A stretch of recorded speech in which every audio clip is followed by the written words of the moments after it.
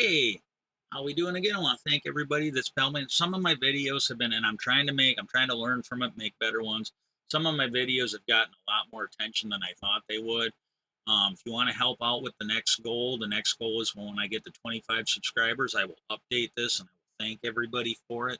Um, and then what we're going to do is the thing we want to talk about for this one here is I have been seeing this online and I looked for some good examples and I couldn't find them. So I don't know if they're just too far down. I saw them before I think I woke up. I think they were from last night. But there's a lot of people that are speculating on the internet about what Biden said. So it's a little bit about his speech, but it's more about the matter behind it than him actually calling it out. Because somebody, and I'm sure they're a nice person, you know, I, I really do, but they're like, oh, well, not every Republican is a MAGA person. So they were a little, well, if you really aren't a MAGA person, then, hey, if the shoe doesn't fit, don't wear it. Don't whine about it. Don't, all that. But let's go ahead and get talking about that because I think there's something really important that people need to understand on the right. I think they need to understand it, and I think they need to take it to heart, and I think they need to, if they're really bothered by it, I think they need to grow up and act on it. So let's get started. One of the best examples I could think of for this, and it's a mini series that was made on HBO. It's called Band of Brothers, and that this is an image from it. But it was made by HBO, and I think it was like a 10-part series, and they covered the 101st Airborne Easy Company from their training to their entering the war to the end of the war. And they were one of the groups, or they were the group that that found Eagle's Nest, Hitler's little vacation retreat.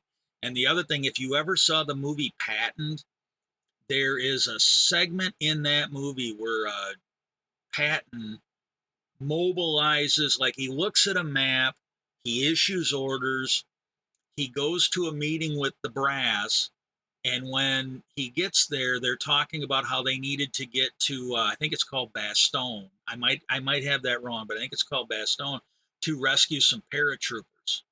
And he lets them know that he gave orders. He looked at the map. He knew what was coming according to the movie. And he had given orders before he left, and he had men that could be there within, 1 or 2 days. They were on their way. They would be there faster than anybody thought they were going to be. Well, this is the group that he was going to rescue, and they pointed it out. It's a little sad. It's emotionally funny sad. It's one of those ones where it's kind of funny and sad at the same time. But they pointed out in this when they covered that to this day, the day they shot that, nobody from Easy Company has ever said, basically has denied that they needed to be rescued by Patton. And I think that was the incident where they were asked to surrender, and the leader of Easy Company, or the leader of their, I don't know, it might not have been Easy Company, it might have been the actual battalion. The response was nuts. That was all he responded when they were asked to surrender by the Germans, was nuts. But what this is from the episode where these guys, they didn't know what they had walked into. This is when they basically liberated a concentration camp. And I got to lead this up. I got to build it up. So just give me a minute. Stick with this. But they liberated a concentration camp. They did not know what was going on. These guys were in like prison uniforms, and it slowly started to sink in. When they started moving around and they saw what was going on, you could see the look on the actors' faces. They started to realize what they had walked into. And you could just see, like right here, you can see it starting to sink in. This here, they have listed as a real Band of Brothers. These were the real guys. Looks like they're meeting with Eisenhower, maybe. Either that or that's their command. I don't know who that guy is. I think it's Eisenhower, but I'm not 100% sure. This is where they started to notice the smell at the concentration camp. And I'm gonna see if I can find it. I might have to go without it, but this leads us up to what I. But there was a moment in there where they went and got him, the guy, because I'm not sure he was there. I don't think he was there, but they went and got him, I think. It's been a while since I've seen it.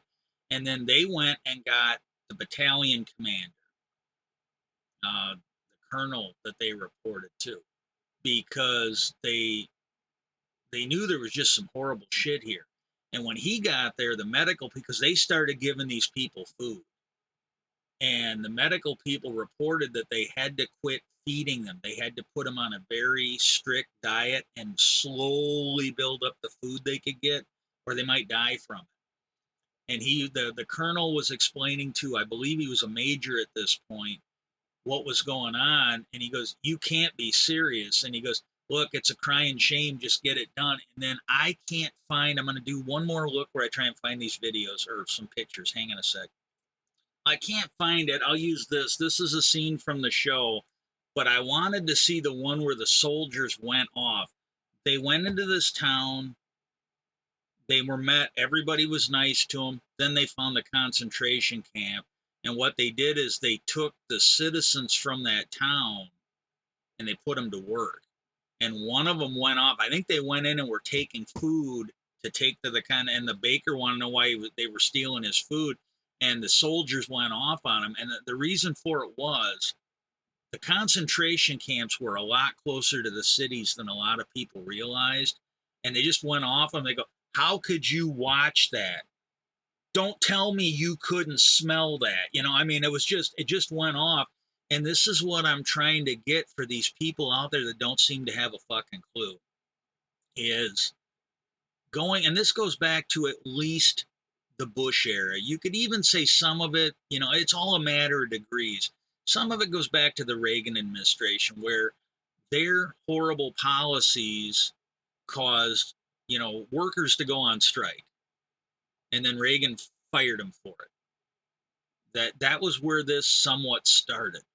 The illegal stuff done by the Nixon administration. This goes back a few decades, but like when you look at the second Bush administration, even Iran Contra, but when you look at the war crimes that happened under the Bush Jr. administration, nobody was held accountable. When you look at the way gays were treated in the military, and I just want to state this. This is I when I was younger, I was homophobic. That's it was natural in the 80s. It wasn't right, but it was natural. And what kind of convinced me that that was an immature thing, and I was a late bloomer. I apologize for that. But in the Bush administration, when they fired a guy who was, like, by all accounts, one of the best translators we had for Arabic and Farsi, the languages that the terrorists spoke and wrote in, they fired him because he was gay and he was in the military. And I got to be honest with you, if they would have just given him a higher paying civilian job, like maybe transfer him to the FBI or the CIA and left him there, I'd have been okay with that. But when they fired him, that put us at risk. That absolutely put us at risk. And that's when I realized I couldn't afford that attitude anymore. That was just something that was not affordable anymore because it was putting our nation at risk. It was putting the world at risk. But they put these people to work. And again, those people in Germany probably feel like a lot of the Republicans do now. They're like, "Oh, well, you know, why? Why is everybody mad at me? I'm not the one." Yeah, but you're enabling the party. When it comes to the misogyny, when it comes to the racism, when it comes to the homophobia, even if you don't support it, you're enabling it every time you vote for a fucking Republican. When I was still working at GM before my health got bad, pretty sure I was drugged or poisoned for being a whistleblower down there. But there was a woman who very loudly on Facebook, I can't be homophobic. I have a gay brother. And then she had a picture of her at her wedding or at his wedding. And I can't remember if I told her this, but I think I did. She ended up unfriending me. I think she ended up blocking me, which is fine. But I think I mentioned, but I'm not 100% sure that when she left the room, whenever she was around him and his friends, he probably had to apologize for her because of the shit that came out of her mouth on a regular basis. But I do know, I did tell her, I go, well, it's just a shame you don't think your brother deserves to be treated like every other fucking citizen out there that's straight. And she didn't like it. She didn't have a comeback to it, but she didn't like it. And and this is the thing they have to understand. Right now, we should be viewing them the same way history is going to view them. History is not going to make a distinction between the people that helped Trump and the people that just turned a blind eye and let it happen. Just like this scene in the show here where they just went off on those people. These people are thinking, "Oh, I never went to the concentration camps. I never killed a Jew." You stood by and watched it happen. And you're going to be judged on that for some reason. You're absolutely going to be judged on that. Peace out, and I hope everybody has a great weekend. And let's see if we can finish this video. You got any questions and comments? Leave them in the section down below. If you got any ideas for future topics, put them in there. And I want to thank everybody for helping me out. And if you want to help out, hit the subscribe button, hit the like button, share it with your friends. Peace out, and I hope everybody has a great day.